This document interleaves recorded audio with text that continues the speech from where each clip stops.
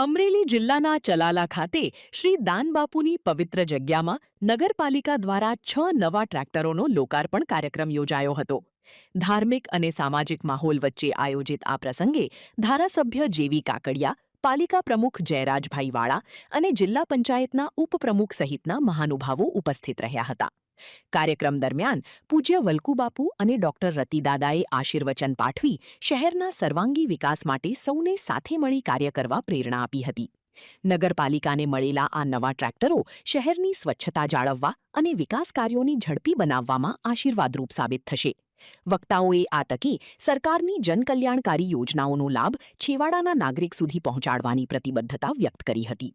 અંતમાં ઉપસ્થિત નાગરિકો અને આગેવાનોએ નવા વાહનોનું નિરીક્ષણ કરી પાલિકાની કામગીરીને બિરદાવી શુભેચ્છાઓ પાઠવી હતી. જ્યારે મેં નગરપાલિકાને એના લોકાર્પણ કાર્યક્રમમાં ખાસ કરીને બાપુના આશીર્વાદથી આપણે આજે સારું કામ કરી હતી. ત્યારે આ મિટિંગ તો ન કે પણ લોકાર્પણમાં ઉપસ્થિત બધા સાધુ સંતો, બધા આગેવાનો, બધા ગામમાંથી પધારેલા બધા મિત્રો, વડીલો અને નગરપાલિકાના કોઈ સભ્ય છે. ખાસ કરીને મહેર બાપુને પહેલાં આપણે બધાએ ખૂબ ખૂબ અભિનંદન આપવા જોઈએ, કારણ કે જિલ્લાના પ્રમુખ આખા જિલ્લાના ઘણી ઘણી હવે ખ્યાતિ. ખાસ કરીને આપ સૌને ખ્યાલ છે કે આજે પીએમ નરેન્દ્ર મોદી સાહેબને 12 વર્ષ પૂર્ણ થયા. આ 12 વર્ષમાં જેને વિકાસના કામો કર્યા છે એના ભાગરૂપે આપણને ચલાણાને કરોડો રૂપિયાની ગ્રાન્ટ મળવાની છે. તલાવાને આખા ગુજરાતને મળવાની છે. વિકાસના કામો જો તો આપણા વિસ્તારમાં પ્રાથમિક શાળાઓ હોય તો પ્રાથમિક શાળાઓ નવી આપણને પણ હમણાં થોડા દિવસ પહેલાં આપણને માધ્યમિક શાળા નવી આપી, હાઈસ્કૂલ અને સરકારી આપી છે. આપણે કોલેજની પણ માગણી કરી છે. દારી મુકામે અહીંયા આંબા આપણને કોલેજ મળી ગઈ, સાયન્સ કોલેજ બગસરા મળી ગઈ.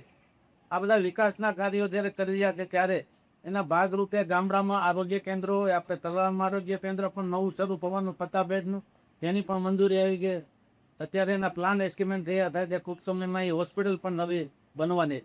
ચલાલા શહેરની વાત કરી તો ચલાલામાં વિકાસના કામો જે ઘણા સમયથી જે ચાલુ હતા અને જે નવા કરવાના છે એ અત્યારે પૂર ઝડપે શરૂ થઈ ગયા છે.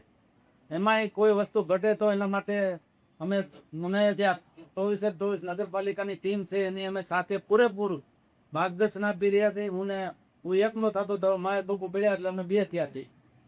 ત્યારે આજે પીએમ મોદી સાહેબનો જ્યાંથી 12 વર્ષ પૂરા થયા હતા ત્યારે એના ભાગરૂપે જેના વિકાસના કાર્યોનું સપ્તાહ આજે જ્યારે ઉજવી રહ્યા છે એના 8 દિવસનું માટેનું આજે પ્રથમ સોપાન હોય તો આપણે તમારા શહેરની સ્વચ્છતા વધારેમાં વધારે થાય એના માટે આ 6 ટ્રેક્ટર જે આપણને આપ્યા છે એ ટ્રેક્ટર મુખ્યમંત્રી સ્વર્ણિમ યોજનામાં ગામડાને પૂરેપૂરો લાભ મળે એના માટે તમામ પ્રકારની ગ્રાન્ટો કરીને ગામડામાં તો પાણી, રસ્તા અને લાઇટ આ 3 વસ્તુ હોય, આરોગ્ય હોય સારું તો બીજું કાંઈ જોતું નથી. એના માટે પાણીની પણ યોજના તૈયાર થઈ ગઈ છે. લગભગ 1 મહિનામાં આપણી યોજના જે આંબળીથી કૂવો જે બની રહ્યો છે એ પણ એનું કામ પણ પૂર્ણ થઈ ગયું છે. બાંધવાનું શરૂ થયું છે, પાઇપલાઇન નાખવાની પણ શરૂ છે.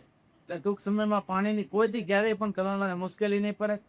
બીજા રોડ રસ્તા નહીં તો રોડ રસ્તાના અત્યારે કામો ચાલુ છે, પણ એમાં અમારે એક મુશ્કેલી થઈ છે કે આપણે અત્યારે તમે જોવો તો રોડ ઉપર આપણે ગેસનું નક્કી કર્યું છે. કૌશિકભાઈ ચલાવેલા મંત્રી બન્યા એટલે અમે કીધું કે અમારા વિસ્તારમાં ખાસ કરીને અમરેલી જિલ્લામાં ઘેરે ઘેરે ગેસના કનેક્શનો મળે એના માટે અમને પહેલી મંજૂરી અમને આપો એટલે અમને મંજૂરી આપી દે. એમાં તલાવ પ્રથમ પ્રાયોરિટી તલાવને આપી દે. અત્યારે જે ગેસ નીકળે છે કુંડલાની લાઈનમાં આવતી સાલ આપણે ઘેરે ઘેરે ગેસના કનેક્શન તલાવમાં મળવાના છે.